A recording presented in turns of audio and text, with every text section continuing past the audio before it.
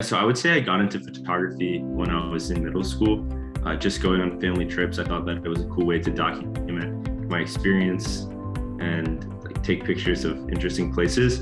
But it really developed into a hobby when I was in high school because it was a great creative outlet for me. Although I played sports and had other extracurriculars involved with music, I just liked being able to, take a photo or even with video and try to like capture a feeling. So it really became like more of a creative outlet and a pursuit for me when I was in high school and continued throughout college. I'm currently a junior in college, and I started taking sports photography on campus because I thought that it was a great way for me to get involved with photography. Duke doesn't have like an incredible arts program or a lot of people interested in the arts, but what it does have is D1 sports. So starting from my freshman year of college, I worked for the school newspaper called the Chronicle and practiced a lot there. I got experience photographing a bunch of different sports. And then this current school year, I'm working with the basketball team and taking photos. But the game day energy in Cameron Indoor Stadium, where the basketball team plays, is pretty incredible.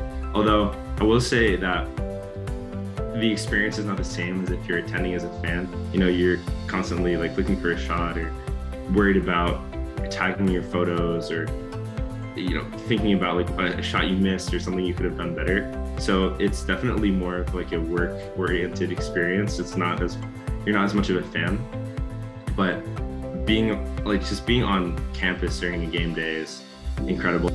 Mr. Schwalm was one of the most influential teachers that I had at Cedar Crest, and I feel like inspired me to dream big and to really pursue video and photo stuff with a lot of passion, because just being around him and his classes were some of the best experiences that I had in high school.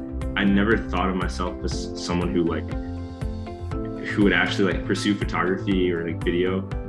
And I kept thinking like there's a point at which I'll no longer take photos and I'll just do school and sports. But that time never came. And I think that was because of Mr. Schwalm. So he really created a lot of opportunities for myself and other people in the broadcast video program at Cedar Crest that I'm really grateful for. It's like going to film festivals and just the passion that he brought to school every day. That was awesome. Also, I had to give a shout out to Mr. Dissinger because he informed me that the athletic director for Duke basketball was from Lebanon, Pennsylvania, and he is. And because of him, he helped me.